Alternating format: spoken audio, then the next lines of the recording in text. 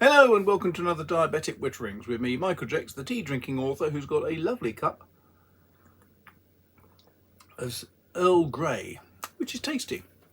Now, this is just a little update. I've been talking a fair bit about foods and diet recently. I'm going to be talking less about that and more about my own experiences again today because I think it's relevant. I've got a friend who lives up the road. Delightful lady. She discovered that she was diabetic, type 2 diabetic, a few years ago, and she's on medication. She's trying to control the diabetes as well as she can with that, and it all seems to be working quite well for her, which is good. But like me, her diabetes was diagnosed rather late, and as a result she's had some fairly significant damage done to her eyes. Now let's just think about this. There's several different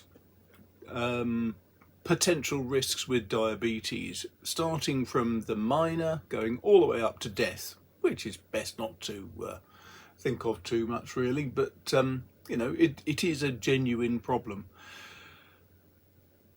Very often, and what I've seen with a lot of friends in this area, close to where I live, it's the poor circulation leading to loss of sensation in the limbs, so you lose sensation in your fingers and in your toes.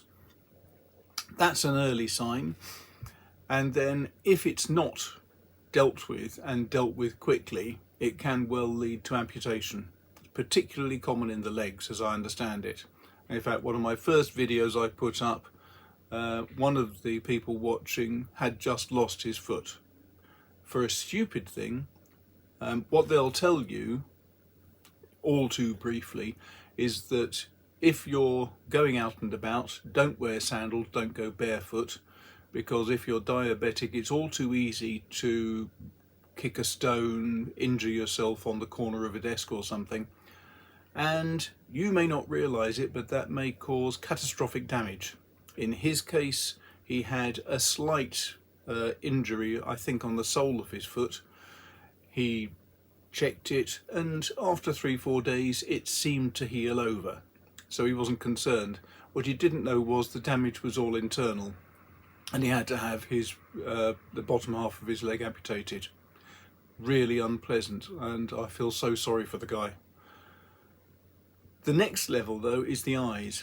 What happens is that as the blood vessels get basically constricted and blocked because of the diabetes, the eyeball tries to find new routes for the blood to go. So it actually starts developing new blood vessels that go across the back of the eye, across the macula, which will lead to people going blind. Another difficulty is that the blood vessels can leak and they can push the macula away from the back of the eyeball, which again causes blindness. It was that type that I had. There are apparently signs that you can spot and which will tell you that you've got this sort of macular issue. But the sort of signs are that you have a grid of squares on a sheet of paper with a dot in the middle, and you look with both eyes at that dot, and you will be able to tell if you've got a problem by whether there's a smudging or blurring of those lines. Now in my case, if I have a dot here, I have a blur here that's a sort of an L shape with this eye. This eye seems to be a lot better. And that is just a sign that there is macular damage and you're on your way, pal. Now in my case, I've been phenomenally lucky. I apparently had diabetes for at least 10 years, according to my eye surgeon, and I could well have had much more damage done. But we did catch it after 10 years, and as a result, I've been having eye injections. I must have had, let's see, I think it's 8 or 9 sets of eye injections into both eyeballs. And it's not very pleasant, but the result is, it started out, I was having to have an injection every month for a session of 6. Then that moved to every 8 weeks to see how it was going. And after 2 sessions at 8 weeks, I think it was, might have been 1 actually, this eye is vastly improved, this eye is improving, and so they pushed me back to 1 every 10 weeks. That's great news. Now, I said I was going to talk a little bit about what it actually involves. It's not nice. I can't sugarcoat it. Having injections into the eyeball is not pleasant. But it's actually one of those things you can get used to, and if you've got really good nursing staff with you, it's not that bad. Now, in my case, first time I went in, I was taken in with 2 delightful young Italian nurses. No idea why, unless they pick them just for elderly old blokes who are in for their first session.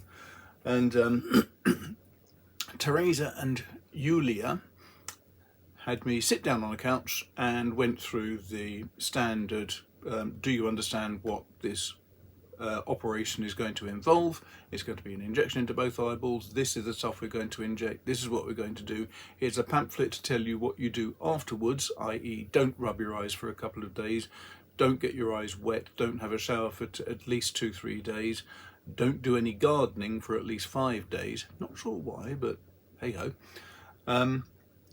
Presumably to minimise the risk of getting any sort of infection in the eyes. And after that, I was settled back on a couch, lying down, presumably to make me feel at ease. Dream on. And then they draped a bit of green cloth over my face with a hole for that eye, and started washing it extensively with anaesthetic and then iodine. And when I say washing, they have pipettes full of whatever the anaesthetic is, and they just dribble it into your eye continually. Likewise, iodine, they'll dribble some iodine, and then with a soft bit of cloth on some forceps, they'll wipe all around the eye, so covering the whole of this area, eyebrows as well, and making sure that the whole area is completely clean. Then they get this horrible clip. Once the anaesthetic's kicked in, you don't feel any of this. They get a clip, they ask you to look down, and they'll lift up the eyelid and put a clip in there, and then look up, and you look up, and they lift down this eyelid and put a clip in there. And then your eye is being held wide open. Then they will ask you to look down. So Teresa was giving the injection, Julia was standing helpfully at my side, and she held a finger up here, and I had to look down there and keep staring at that while Teresa, the doctor, touched my eye with a plastic probe. And this was just to make sure I couldn't feel anything. So they did that, touched the eye with the plastic probe a few times, and they said, now I'm going to put the needle in. And quite honestly, looking right down there past my nose, I can't see this thing on my right coming towards my eye at this angle, even though my eye isn't wide open. So it's the sort of thing you don't even see. And then when it goes in, how does it feel? You can feel a slight pressure, but not really anything more than a slight pressure. You can feel the needle is touching you, and then you can feel there's a sort of give, and that's when the needle goes in. And then there's this strange sensation when your vision goes.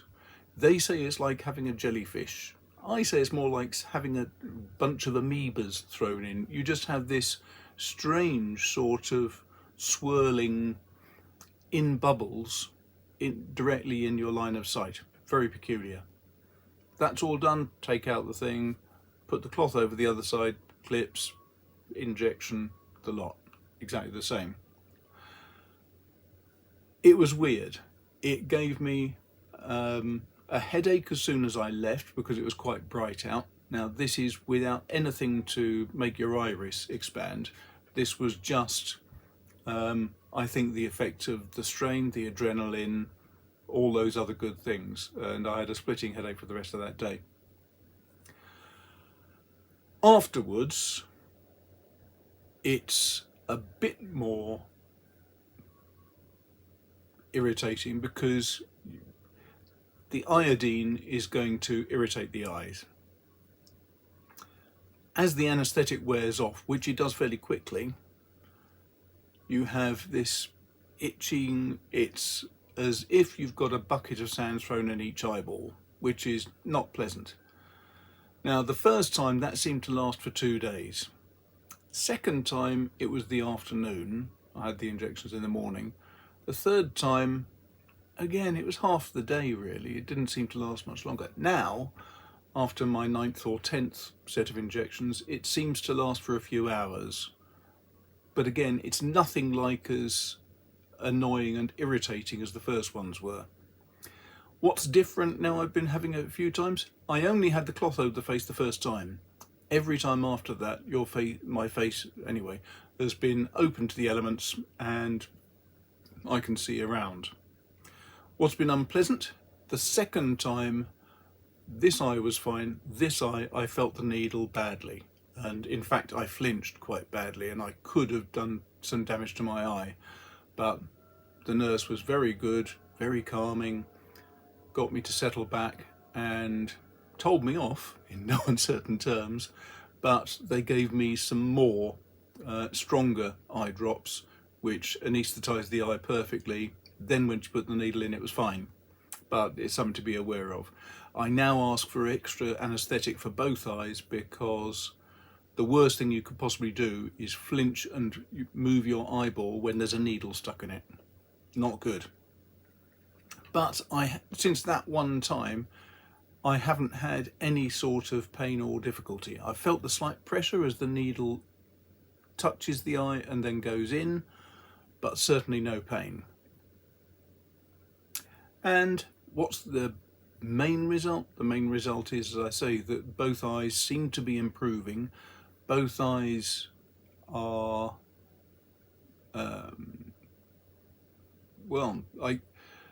my vision seems to be stable. Every time now when I go in, I'm given a set of tests where they photograph the back of the eyeball, both of them, and then I have to read the standard chart on the wall. And with both eyes, that seems to be improving nicely. My left eye is definitely my worst eye, it always has been, and I can generally not read very well. But if the eyes continue to improve the way they are, then that's fine. I will be going and getting a new set of glasses. And that's about it really. There's not a lot else to say. The damage to the eyes is really alarming. You need to be aware of it if you're getting diabetes, and it's very difficult to sugarcoat it. I mean, basically this is just the way things are. But if you go in and get tested, at least any damage can be halted before it gets too bad. It's worth it. And that, I think, is about it for now. I've got to go, I've got lots to do. I've got a little artistic set of videos to do. I know, artistic. Well, I need to get out more. I need to get out with the dogs, but I also need to get out with my paints. So I'm starting to do a little run of videos just about painting and what I do and what I use. Probably won't be a very long series, but I know there's a lot of people who are interested in how I do my paintings and in generally starting with watercolours full stop. So I thought it would be interesting to do a little few videos on that and see how people feel about them. But apart from that, thanks a lot for watching, thanks a lot for your time. If you enjoy this video and you want to support it, please do hit that like button because it makes a big difference and it means that YouTube will advise more people of these set of videos and direct people towards it. That's worthwhile because hopefully I might be able to save somebody else's legs or eyes, you never know. And thanks a lot for now, take care and keep safe and healthy.